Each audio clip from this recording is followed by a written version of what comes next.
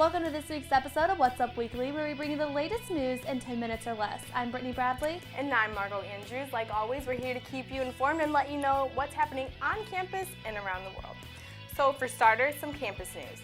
Sunday was a big day for IU athletics, and though we lost the Oak and Bucket game to Purdue, we sure made a statement with our basketball program, as the men's team defeated Butler 75-59. Butler was national championship runner-up the last 2 years, so everyone was excited to see this match. The game was close at halftime, but the Hoosiers were able to pull away in the last 20 minutes. Will Sheehy, a sophomore player, earned MVP for the game, and senior Tom Pritchard has now appeared in 100 games during his career at Indiana. The win over Butler moved the Hoosiers to 6-0, and hopefully they can continue that trend tonight on the road when they take on NC State. Well, I'm glad our basketball team is having success, unlike our football team. But let's keep with fitness, sports, and health and move on to a new study. We here at What's Up Weekly love researching the latest fitness and weight loss trends, and we have a new one that requires you to do one of my favorite things, shopping. A new study shows that a new way to trick yourself into eating less is to buy a new table or plates. The study suggests that the color contrast between your plates, your table, and your food can influence how much you eat. The study found that subjects whose plates were the same color as the tableware ate less than those who ate off plates with colors that contrasted with the table. The researchers believe that this is caused by optical illusions that make the amount of food look bigger or smaller depending on the color contrast around it. To control yourself during the holidays, we suggest getting new dinnerware and matching them to your tablecloth. You know, I don't know about that. I've also heard that blue plateware will make you eat less, but who knows? I really think it's all about self-control. Exactly. So you're kind of saying you think it's more about science, or less about science, more about mannerisms. Yeah, I mean, if I'm going to sit down with a thing of ice cream, I'm going to eat it all. The color, the matching of the tablecloth, and my bowl is not going to change that. Well, maybe this is more scientific for you then. We may not be ready to vacation on the moon, but engineers are working hard to make traveling easier for the future. A new method of transportation called moving platforms is making way in the rail industry. Paul Priestman is the man behind the moving platforms concept, and he theorizes that getting rid of stations will speed up travel time.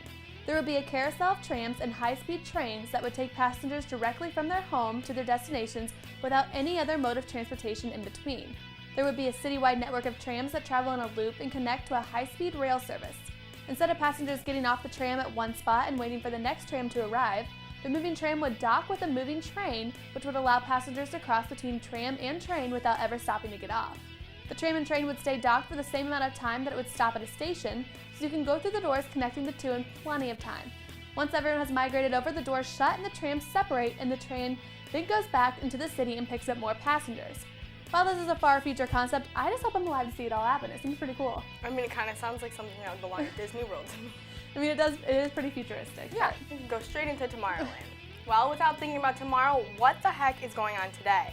There's quite a few scandals going on in the college sports world. If the Penn State Sandusky scandal wasn't enough for you, how about the allegations against Syracuse's former assistant men's basketball coach, Brittany? Fine allegedly molested 3 boys, including 2 Syracuse ball boys.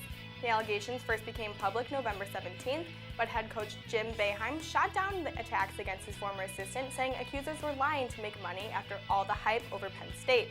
Boeheim has since changed his tune and rescinded his support for Fine, saying he regrets any statements he made that could be considered insensitive to the victims of abuse. The university is supporting its head coach, however, Fine has been fired and denies all the allegations. What's going on with all these sports people and the coaches, everything? It's getting crazy. I still can't get over the Penn State one. Oh, I know. I'm going to be interested to see if any more pop up. It's really sad. Yeah, but anyway, allegations after allegations and scandals after scandals outside of the sports world, I'm talking about the political realm. Herman Cain is the target for yet another allegation against him for inappropriate behavior with a woman. The latest, a woman named Ginger White, who claims she had a 13-year-long extramarital affair with Cain, and it ended just before he announced his candidacy for the president. White provided text messages and phone bills for documentation of her contact with Mr. Cain, but Cain's campaign officials make certain that these are baseless false accusations. This is just the latest accusation against Cain, who has been married for 43 years. Analysts note that Cain's popularity has been fading since initial reports of sexual harassment allegations surfaced a month ago. And on Tuesday, Cain told key officials and volunteers on his campaign that he will be conducting an assessment of the state of his candidacy. It's not pretty good. I mean, that's not good. You can't be having these issues when you're trying to run for president. No, not at all. But I'm going to take us away from such scandalous drama and move into some real issues. Now that Dancing with the Stars is over, I have to try even what are you harder. gonna do? I know, it's rough, but I have to try even harder to get the Kardashian clan worked into the show. And this week I wanted to focus on the member who has been voted off their tight-knit family, Kris Humphries. Kourtney and Kim Take New York premiered this week, and while it seems like the show will have its normal fights and partying mishaps, the real focus of the season seemed to be on Kim and Chris's failed relationship. Maybe the show should be called Why Kim and Chris Got a Divorce. Just in the first episode, we saw them bickering over petty drama, and the premiere show concluded with Chris packing up to return to Minnesota since he couldn't train properly in New York City. Because I'm sure Minnesota has better trainers and facilities than New York City, obviously. Yeah, right? Not. Definitely. Humphries wasn't portrayed to look like Kim's fairy tale husband, and he commented to Radar Online that he was extremely disappointed with how the show made him look. Now Humphries' ex of 2 years is coming forward to comment on Chris's failed marriage. Bianca Camber said she was a fan of the show when she dated Chris, and that he was always mocked her for saying that the only reason they were famous was because of Kim's sex tape. Bianca says she isn't surprised the marriage failed because immaturity was a constant problem in their relationship as well, but she does feel bad for Humphries because he has always wanted to get married and have a family, saying he wanted it to be forever. Aw, poor Chris. I know. Wasn't quite, it was a little short of forever, 72 days. Just a little. Just a little bit. Well, I'm not as avid of a fan as you are when it comes to Dancing with the Stars, but this next story did happen to catch my eye. Apparently, the show wants another taste of the Kardashian clan for its upcoming season. Both Kim and Rob have already been on the show, and now talent execs are looking to cast the matriarch of the family, Kris Jenner. I think we've seen some of Kris's dancing on an episode of Keeping Up with the Kardashians when she did some middle-aged woman cheerleader thing, but who knows, maybe this third Kardashian is the charm, and they'll finally be able to take home a trophy. Not to mention, ABC will be able to take home enormous ratings if it all pulls through. We'll see if they pick her to do the show, but I'm pretty positive she would do it if she was asked. Oh, I think she would do anything. She thought about changing her last name back to Kardashian, so anything that she can get to, get in the media, get attention, is right up her alley. Those Kardashians know how to get attention. But our last bit of Kardashian news is actually that Kourtney announced today she's expecting baby number 2. Yeah, we have no problem fitting them in the show today, but yes, Mason is going to be a big brother, and wow, I guess now we can transition from reality TV to, TV news. And Brittany, guess what? I think I found us a way to make sure that we get all our TV dreams finalized. Finally, we need that. Yeah, well, basically, our dads just need to be president.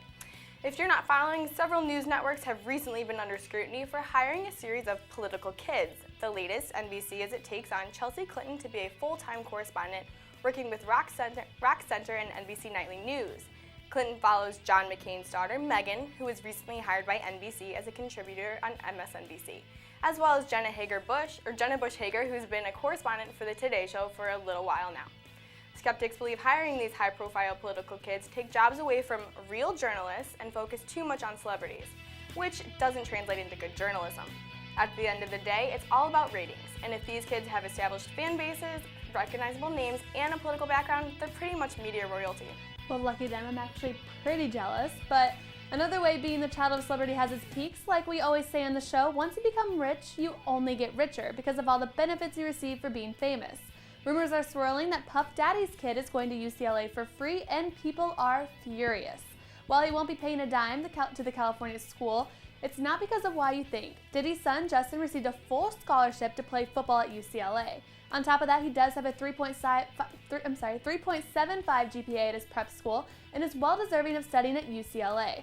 Now speculations are building on whether or not Puff's family will donate a large sum of money, or maybe they could just build a Diddy dorm residence hall in his honor. I'd want to live in that one. I know, right? It'd be pretty cool. I'm telling you, we need famous parents. If only. But unfortunately, there's nothing we can do about that. But let's wrap up this week's show with our last story.